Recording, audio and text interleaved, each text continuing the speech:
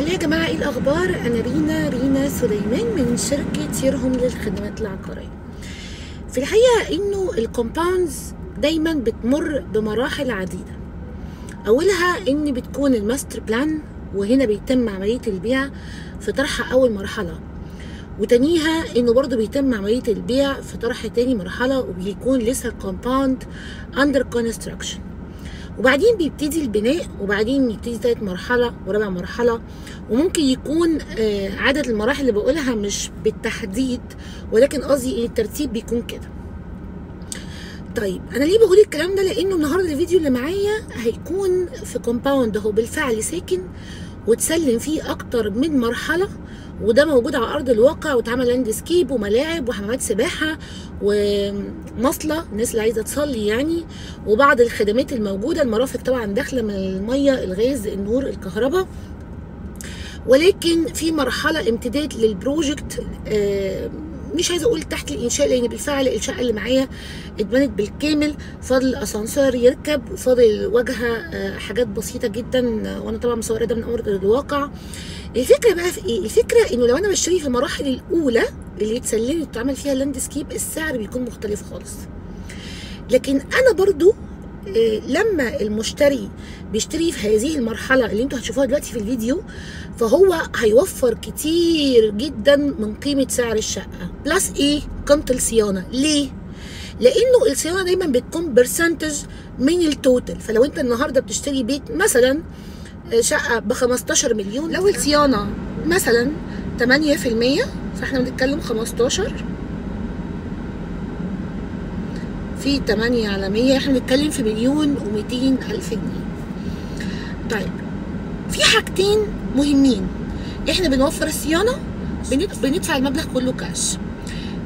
وحاجه ثالثه كمان مهمه، انه انت بتدخل شقتك بتشوفها على ارض الواقع، مفيش اي خدعه، المساحات واضحه جدا، غير اللي اوت طبعا، السلم شكله واضح، مساحته الداخليه واضحه، مدخل المبنى واضح. كل دي عوامل كتيره تخليك تشتري الشقه اللي انا بعرضها النهارده. وطبعا كل واحد ليه احتياجاته، فلو دي احتياجاتك اعتقد ان انت يعني هتكون سريع جدا في الاكشن. كويس قوي.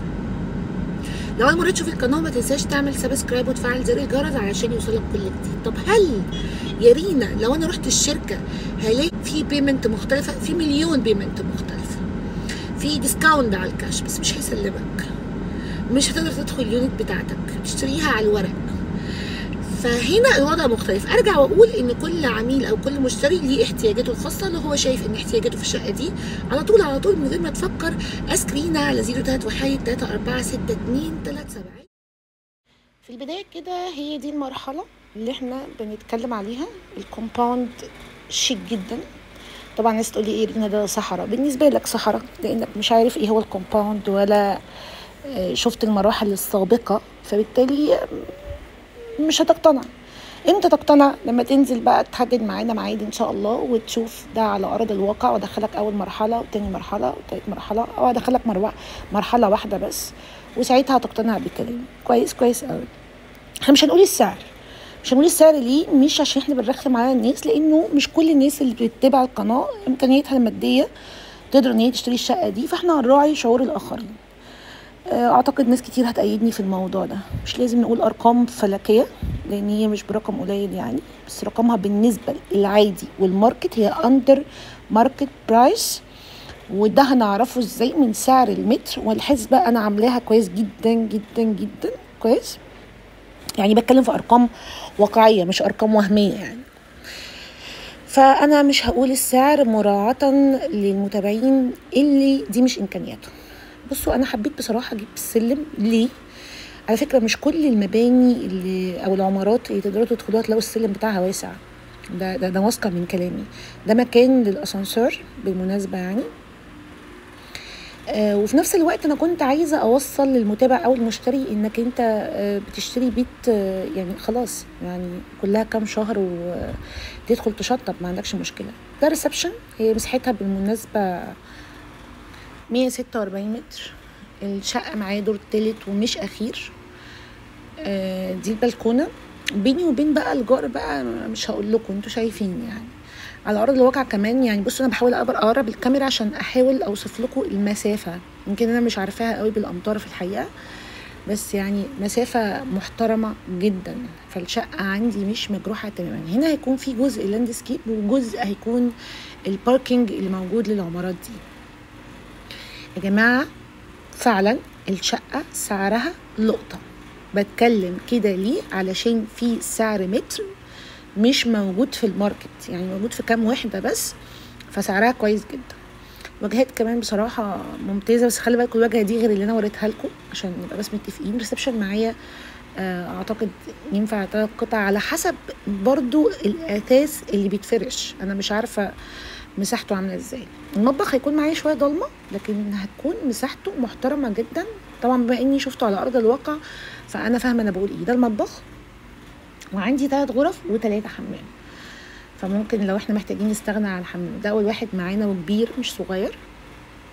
دفع كاش، اسلام فوري، مش هنقول السعر مراعاة لبعض المتابعين اللي دي مش امكانياتهم. خلاص عشان ما نقعدش ايه نكتب بقى في الكومنتس بقى يا رينا والنبي اكتبي الاسعار وقولي لنا وما ينفعش. لا ينفع عادي، كل حاجه بتنفع. المهم دي الغرفه الماستر معانا. هنا برضو انا حبيت اجيب المسافه بيني وبين الجار، الحاجات دي بتهمني قوي، و بقرب وببعد علشان حضراتكم تبقوا عارفين تقيسوا المسافه. ده دريسنج، واللي على يميننا ده الحمام. ايوه ده دفع كاش، اسلام فوري. لو اول مره تشوف القناه ما تنساش تعمل سبسكرايب وتفعل زر الجرس عشان يوصلك كل جديد. طيب ده الحمام التاني معانا، ودي غرفه.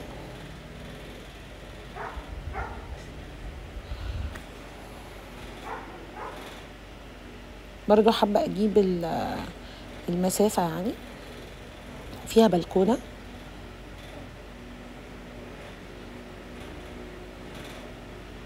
عجبتني الشقه وهي طوب احمر. عجبتني وهي طوب احمر علشان البيت اللي مش متشطب وبيبقى حلو بيفضل حلو برضو. فتخيلوا انه بعد ما يتشطب، ودي غرفه الثالثه ومعايا بلكونه برضو. يعني انا بالنسبه لي البيت الحلو هو البيت اللي لسه ما اتشطبش، ده اسمه بيت حلو. لما يتشطب يبقى احلى. كويس، يعني دايما التشطيبات بتدي اضافات للبيت كتيره جدا. طيب يا جماعه احنا شفنا الشقه اللي دفع كاش الاسلام فوري. يعني اللي اقدر اقوله انه انا شقتي ببيعها طبعا شامل الصيانه بدون اتعاب الشركه. اتعاب الشركه بتكون واضحه على الواتساب، وهي اتعاب متداوله في الماركت كله، مفيش تغيير يعني.